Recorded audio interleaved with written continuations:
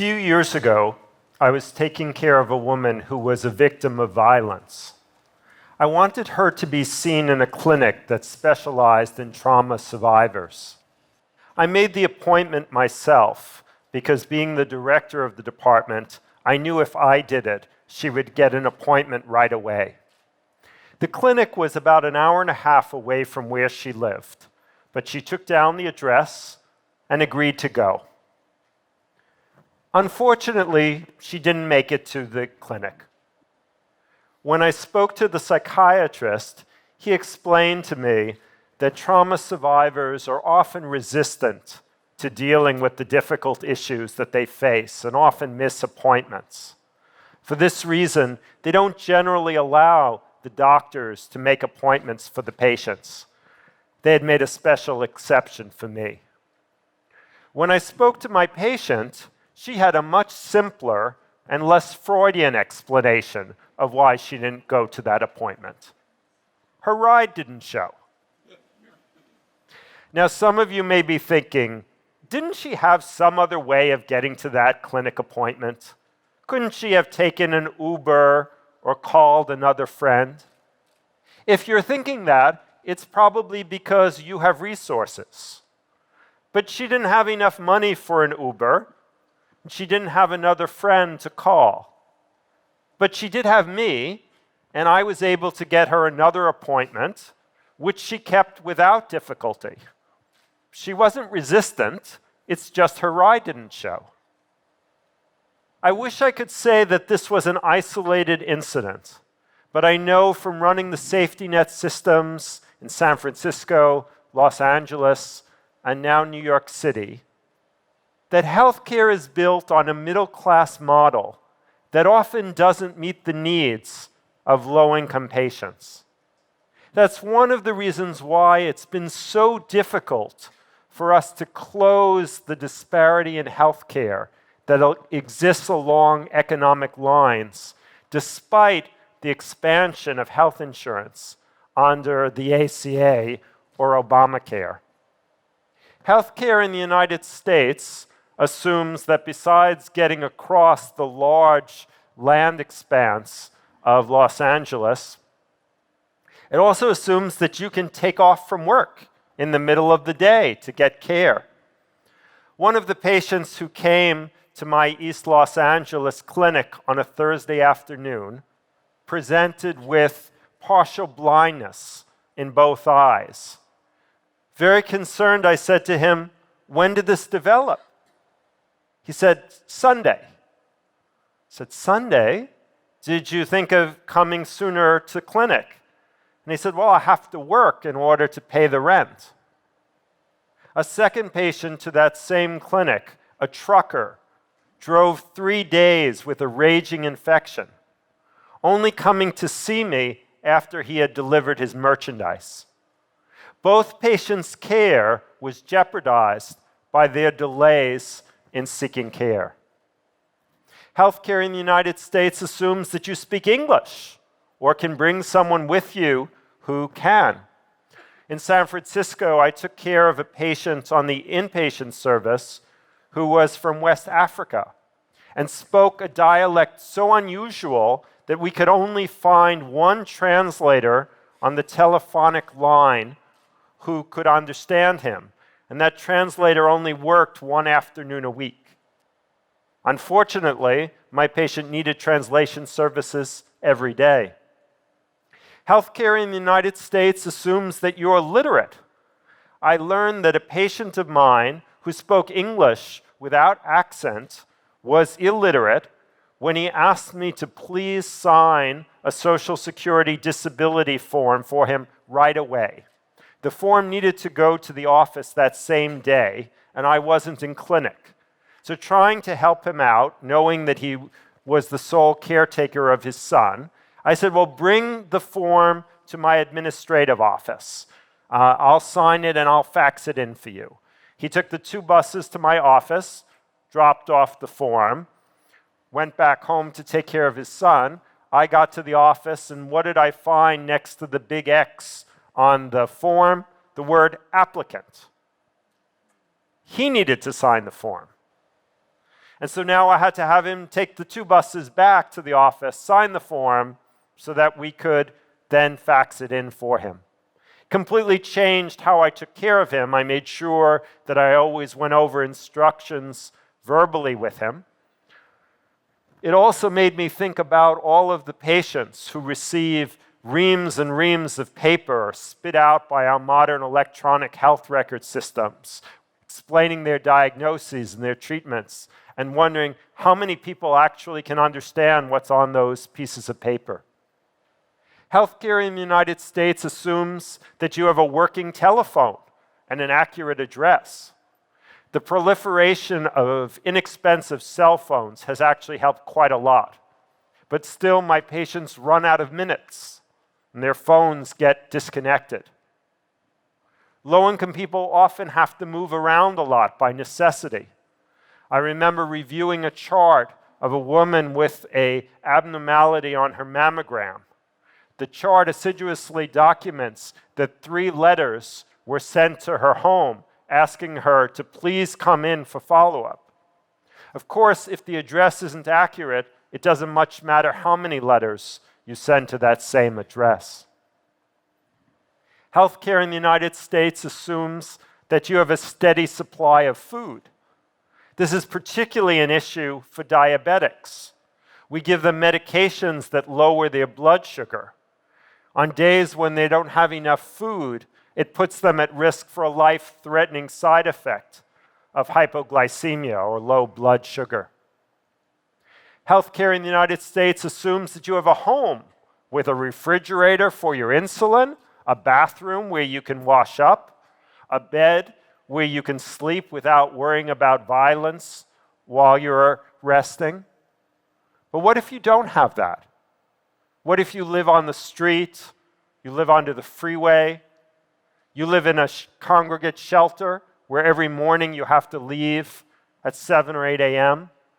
Where do you store your medicines? Where do you use the bathroom? How do you put your legs up if you have congestive heart failure?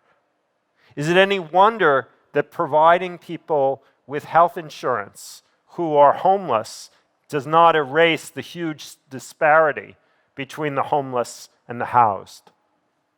Healthcare in the United States assumes that you prioritize your health care. But what about all of you? Let me assume for a moment that you're all taking a medication. Maybe it's for high blood pressure. Maybe it's for diabetes or depression. What if tonight you had a choice? You could have your medication, but live on the street, or you could be housed in your home, but not have your medication. Which would you choose? I know which one I would choose. This is just a graphic example of the kinds of choices that low-income patients have to make every day. So when my doctors shake their heads and say, I don't know why that patient didn't keep his follow-up appointment. I don't know why she didn't go for that exam that I ordered. I think, well, maybe her ride didn't show, or maybe he had to work. But also, maybe there was something more important that day than their high blood pressure or a screening colonoscopy.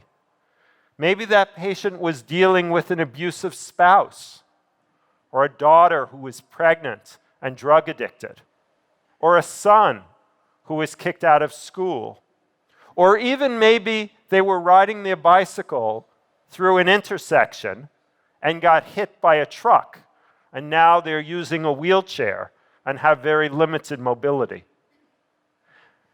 Obviously, these things also happen to middle-class people. But when they do, we have resources that enable us to deal with these problems. We also have the belief that we will live out our normal lifespans. That's not true for low-income people. They've seen their friends and relatives die young of accidents, of violence, of cancers that should have been diagnosed at an earlier stage. It can lead to a sense of hopelessness, that it doesn't really matter what you do. I know I've painted a bleak picture of the care of low-income patients, but I want you to know how rewarding I find it to work in a safety net system, and my deep belief that we can make the system responsive to the needs of low-income patients. The starting point has to be to meet patients where they are, provide services without obstacles, and provide patients what they need, not what we think they need. It's impossible for me to take good care of a patient who is homeless and living on the street. The right prescription for a homeless patient is housing. In Los Angeles, we housed 4,700 chronically homeless persons suffering from medical illness, mental illness, addiction. When we housed them, we found that overall healthcare costs, including the housing, decreased. That's because they had many fewer hospital visits, both in the emergency room and on the inpatient service. And we gave them back their dignity. No extra charge for that. For people who do not have a steady supply of food, especially those who are diabetic, safety net systems are experimenting with a variety of solutions, including food pantries at primary care clinics, distributing maps of community food banks and soup kitchens. And in New York City, we've hired a bunch of enrollers to get our patients into the supplemental nutrition program known as food stamps to most people. When patients and doctors don't understand each other, mistakes will occur. For non-English speaking patients, translation is as important as a prescription pad, perhaps more important. And you know, it doesn't cost anything more to put all of the materials at the level of 4th grade reading so that everybody can understand what's being said. But more than anything else, I think low-income patients benefit from having a primary care doctor. Mind you, I think middle-class people also benefit from having somebody to quarterback their care. But when they don't, they have others who can advocate for them, who can get them that disability placard or make sure the disability application is completed. But low-income people really need a team of people who can help them to access the medical and non-medical services that they need. Also, many low-income people are disenfranchised from other community supports, and they really benefit from the care and continuity provided by primary care. A primary care doctor I particularly admire was once told me how she believed that her relationship with a patient over a decade was the only healthy relationship that that patient had in her life. The good news is you don't actually have to be a doctor to provide that special sauce of care and continuity. This was really brought home to me when one of my own long-term patients died at an outside hospital. I had to tell the other doctors and nurses in my clinic that he had passed. But he didn't know that in another part of our clinic, on a different floor, there was a registration clerk who had developed a very special relationship with my patient every time he came in for an appointment. When she learned 3 weeks later that he had died, she came and found me in my examining room, tears streaming down her cheeks, talking about my patient and the memories that she had of him, the kinds of discussions that they had had about their lives together. My patient had a hard life. He was, by his own admission, a gangbanger. He had spent substantial amount of time in prison. He suffered from a very serious illness. He was a drug addict. But despite all that, he rarely missed a visit. And I like to believe that was because he knew at our clinic that he was loved. When our healthcare systems have the same commitment to low-income patients that that man had to us, two things will happen.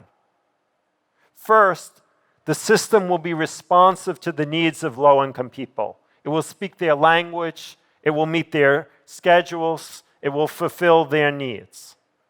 Second, we will be providing the kind of care that we went into this profession to do. Not just checking the boxes, but really taking care of those we serve. Thank you.